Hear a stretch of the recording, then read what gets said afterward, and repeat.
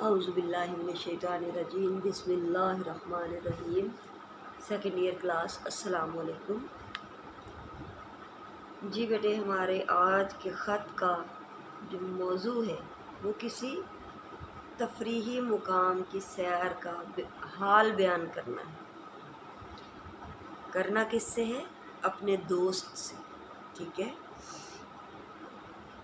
Smart syllabus میں یہ خط ہے، اپنے دوست کو خط لکھیے جس میں کسی تفریحی مقام کی سیر کا احوال بیان کریں۔ تو ابتدائیہ بالکل ویسے ہی ہوگا۔ امتحانی مرکز، دوسری لائن پر آپ تاریخ لکھیں گے، پیج کے بالکل درمیان میں، صفحے کے بالکل درمیان میں مخاطب کا نام لکھیں گے۔ یہاں آپ کا مخاطب ہے آپ کا دوست، یعنی عزیز دوست۔ پھر علامت ڈالیے گا ابتدائیہ کی، چوتھی لائن سے پانچویں لائن بن رہی ہے، اس سے آپ اپنا خط شروع کیجیے۔ چوتھی لائن، میں یہاں پر اللہ کے فضل و کرم سے خیریت سے ہوں، یا ان الفاظ سے آپ شروع کر سکتے ہیں۔ آپ کا خط ملا، پڑھ کر بہت خوشی ہوئی، میں آپ کے خط کا جواب تو بعد میں، پہلے آپ کو ایک دلچسپ بات بتانا چاہتا ہوں۔ کچھ اس طرح، کسی بھی طرح شروع ہو سکتا ہے، یہ فرضی باتیں ہوتی ہیں، ٹھیک ہے۔ میں یہاں پر اللہ کے فضل و کرم سے خیریت سے ہوں اور مجھے امید ہے کہ آپ بھی خیریت سے ہوں گے۔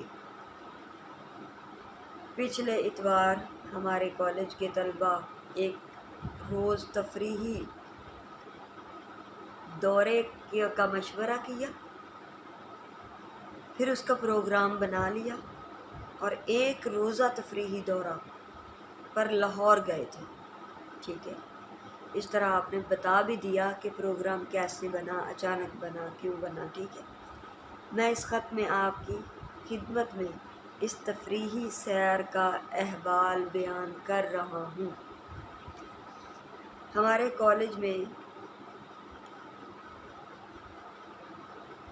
کالج کی بس صبح 7 بجے فیصل آباد سے روانہ ہوئی۔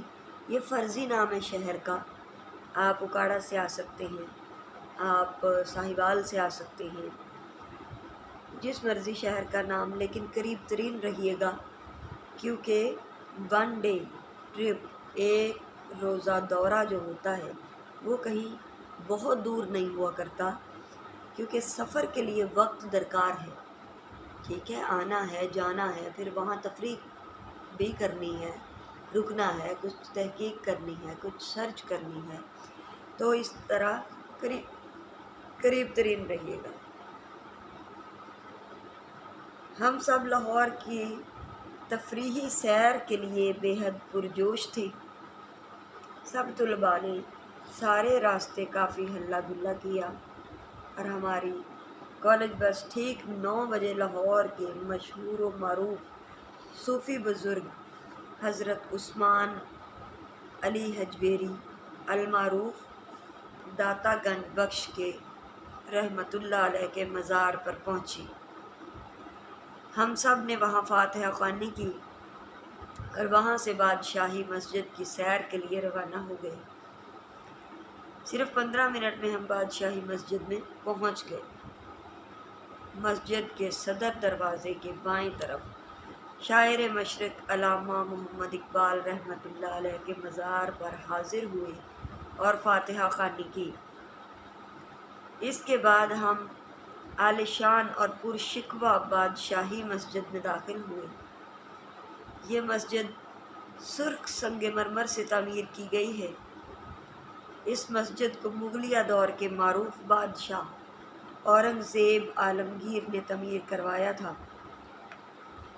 اس لیے یہ عالمگیری مسجد بھی کہلاتی ہے۔ اس مسجد کے صحن کے عین وسط میں، درمیان میں، ایک خوبصورت پانی کا تالاب ہے، جس کا پانی گرمیوں میں ٹھنڈا اور سردیوں میں گرم ہوتا ہے۔ مسجد کے 4 خوبصورت مینار ہیں، اور نماز کے لیے مخصوص ہال کی عمارت پر 3 بڑے گنبد ہیں جو سفید سنگ مرمر کے بنے ہوئے ہیں۔ ان گنبدوں کے ارد گرد سرخ سنگ مرمر کے چھوٹے چھوٹے 4 مینار ہیں۔ مسجد کے ہال میں شاندار کاشی کاری کی گئی ہے جو مسجد کے حسن کو 4 چاند لگا دیتی ہے۔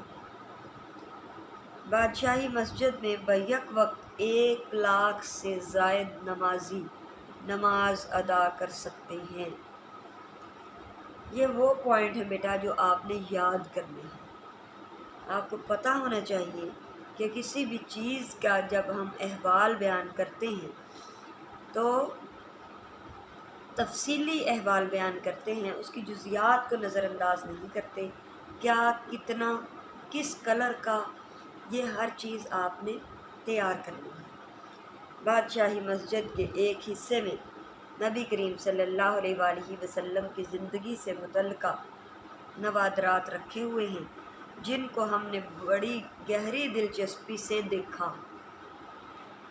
بادشاہی مسجد کے دائیں جانب مینار پاکستان کی پرشکوہ عمارت اپنا جلوہ دکھاتی نظر آتی ہے، جبکہ مسجد کے بالکل سامنے شاہی قلعہ لاہور کی شاندار عمارت اپنے آنے والوں کا استقبال کرتی ہے۔ بادشاہی مسجد کی سیر کے بعد ہم شاہی قلعہ لاہور کے اندر داخل ہوئے۔ شاہی قلعہ لاہور کی عمارت بہت شاندار اور بڑی ہے۔ ہم نے اس کے خاص حصوں کی سیر کی، خاص طور پر شیش محل اور دیوان خاص کے مناظر انتہائی مسحور کن، سحر طاری کر دینے والے۔ اب دوپہر کے 2 بج چکے تھے اور ہمیں سخت بھوک بھی لگ چکی تھی، لہٰذا ہم نے وہاں ایک باغ میں بیٹھ کر کھانا کھایا اور کچھ آرام کیا۔ آرام کرنے کے بعد ہم نے مینار پاکستان کی سیر کے لیے ہم وہاں پہنچے۔ یہ مینار پاکستان قرارداد پاکستان کی یاد میں تعمیر کیا گیا۔ اس مینار کی بلندی تقریباً 196 فٹ ہے۔ ہم اس مینار کی سیڑھیاں چڑھ کر مینار کے اوپر پہنچے اور وہاں سے شہر لاہور کا نظارہ کیا۔ یہ منظر اتنا خوبصورت تھا کہ ہم اسے اپنے لفظوں میں بیان نہیں کر سکتے۔ اس کے بعد ہم نے لاہور کی مشہور و معروف سڑک مال روڈ کا رخ کیا۔ وہاں پر موجود عالی شان اور شاندار عمارتوں کا نظارہ کیا۔ اس روڈ پر موجود پنجاب یونیورسٹی لاہور، لاہور عجائب گھر، انارکلی بازار، NCA college, town hall, high court Lahore, state bank, مسجد شہداء،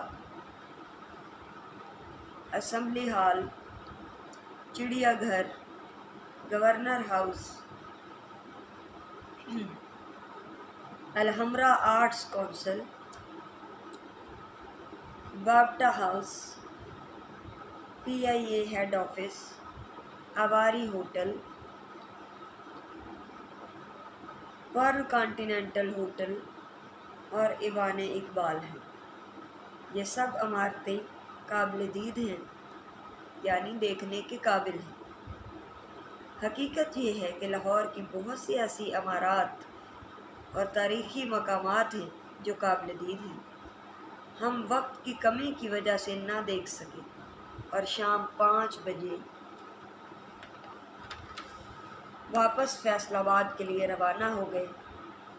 ہمیں بہت افسوس تھا کہ ہم مقبرہ جہانگیر اور مقبرہ نور جہاں نہ دیکھ سکے۔ لاہور کی سیر کرنے کے بعد ہم سب یہ کہنے پر مجبور ہو گئے کہ لاہور لاہور ہی ہے۔ اب میں آپ سے اجازت چاہتا ہوں اور مجھے آپ کے خط کا انتظار رہے گا۔ میری طرف سے سب گھر والوں کو دعا و سلام قبول ہو۔ والسلام آپ کا دوست الف بے جیم۔ تو بیٹا جس چیز کو بھی بیان کریں اس کی مکمل معلومات آپ کے پاس ہونی چاہیے، ٹھیک ہے؟ لاہور کی بلکہ سیر کریں، ان چیزوں کو اپنی ظاہری آنکھوں سے بھی دیکھیں، تو آپ کو اس خط کو لکھنے میں ذرا بھی دشواری نہیں ہوگی۔ انشاءاللہ کل ملتے ہیں۔ اللہ حافظ۔